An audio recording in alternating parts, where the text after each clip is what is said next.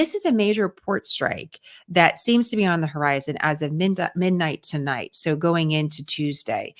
And from the reports that we're seeing right now, there doesn't seem to be a lot of optimism that there's going to be some sort of a last minute deal, but you never know. In either case, this is a great reminder about how much we depend on ports.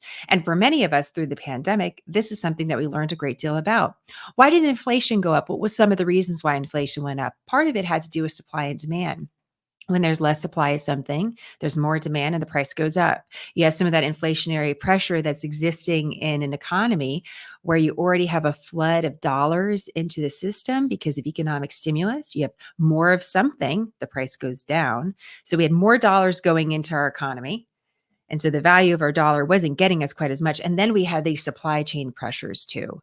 And all of this impacted a really highly inflationary environment where our dollar was buying us less and prices were going up. And this happened during the pandemic. So what you're seeing on your screen here, and I'm going to try to pull it up just so you can see it a little bit bigger.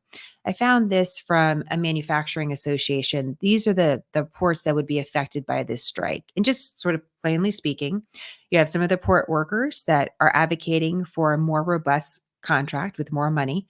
And then you have this alliance of different port suppliers or kind of these larger maritime groups that are running the ports. And so they're at odds.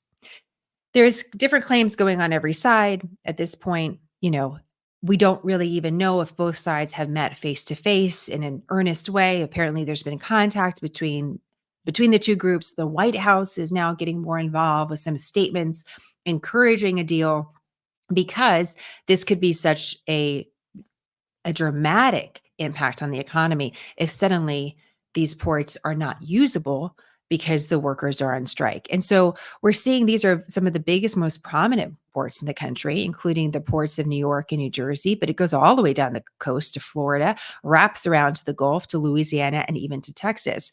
So let me read this to you from the Wall Street Journal. I thought this was a really good way for us to understand the impact of this strike.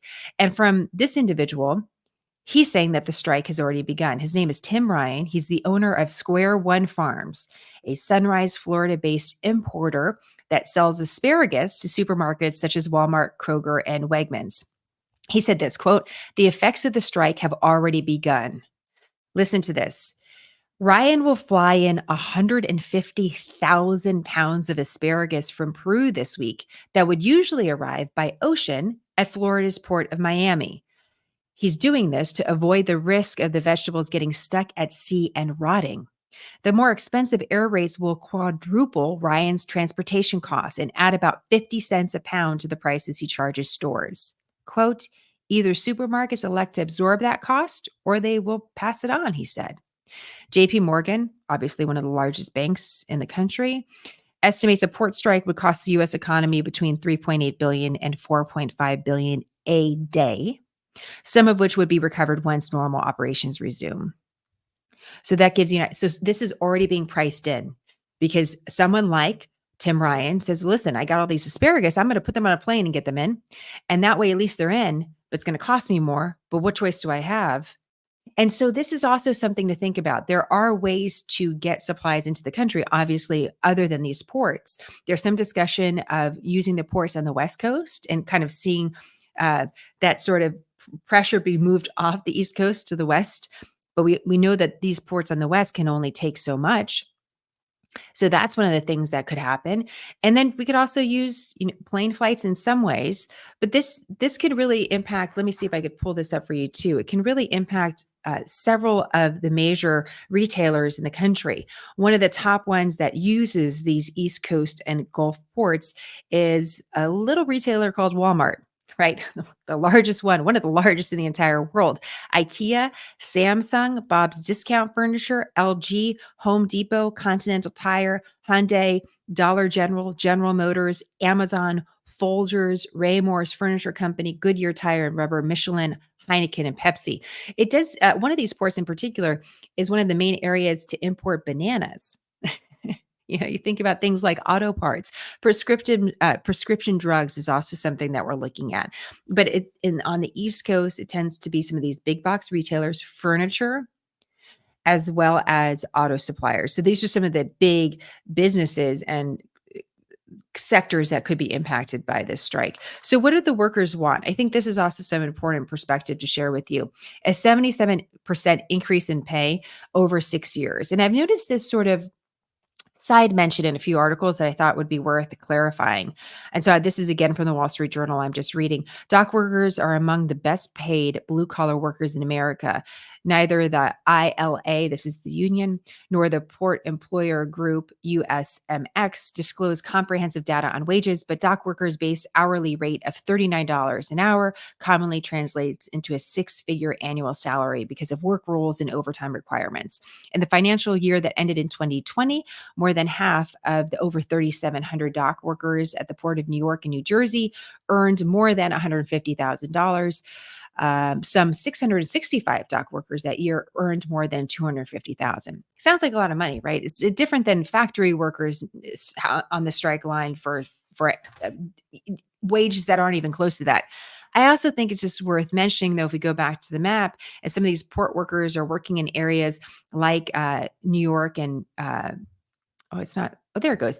Um, like New York and New Jersey, if you're getting a check for $150,000, you're in states that are heavily taxed, heavily income taxed, you're taking home half of that. So I think it's also important to kind of put that in context where you see something like that. That was my first reaction. $150,000, almost $40 an hour. Wow, that's a great job.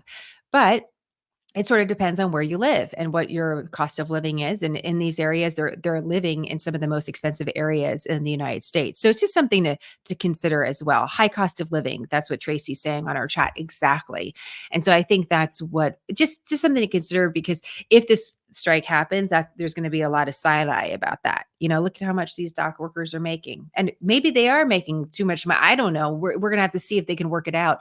But we have to remember the cost of living and where they're living. It's different than in a state, for example, where there's no income tax. So I just wanted to make sure that we mentioned that. The White House can get involved. There is a way that the president, through something called the Taft Act, can basically try to get everybody in this cooling off period for 80 days. He'd have to turn to the federal courts and request it. But it's a way for the president in a period of time, if the president wanted to argue that this has too big of an impact in the United States, specifically when it comes to points of national security, this is where it can be particularly referenced.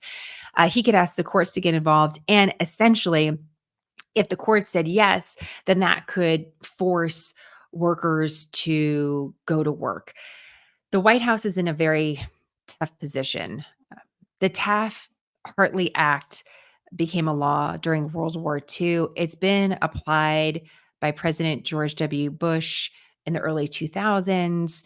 And by the way, that was related to West Coast ports. So it has been used. But the White House now, and this is where politics come up, if they try to get involved legally by forcing these workers to work, then they look like they're anti-union. If they don't, the impact of this on the US economy right before an election period and before the holidays could be pretty serious, as we saw the JP Morgan estimates. So they're in a very tough spot politically and otherwise. Is this enough to say this is a big enough deal that we can't have this? In the early 2000s, we were after 9/11. We were during a time of war. Without knowing too much about that particular situation, that's a different situation than we're in right now. So will the White House get involved more? That's a question we should watch for. And whether or not that could be effective, we don't know. So it is up to these two groups, the groups that are negotiating, the owners and operators of these ports, as well as the dock workers. But then there's also potentially a role for the US government. It's just tricky about how the Biden administration is going to want to handle this. So something we have to wait and watch for. If you see headlines about it this week, at least you have a little bit of a background to it. You have an idea. It's not affecting all the ports in the United States, but some of the really big ones, and affecting some everyday items that we use, from different uh, items that we need to build cars to some prescription drugs to also just like everyday items like asparagus or bananas. So if you don't like bananas or asparagus, maybe you're good to go. No, we all need, there's plenty of other things that are going to be involved, everyday items with that. So it's definitely something that we're going to keep an eye on.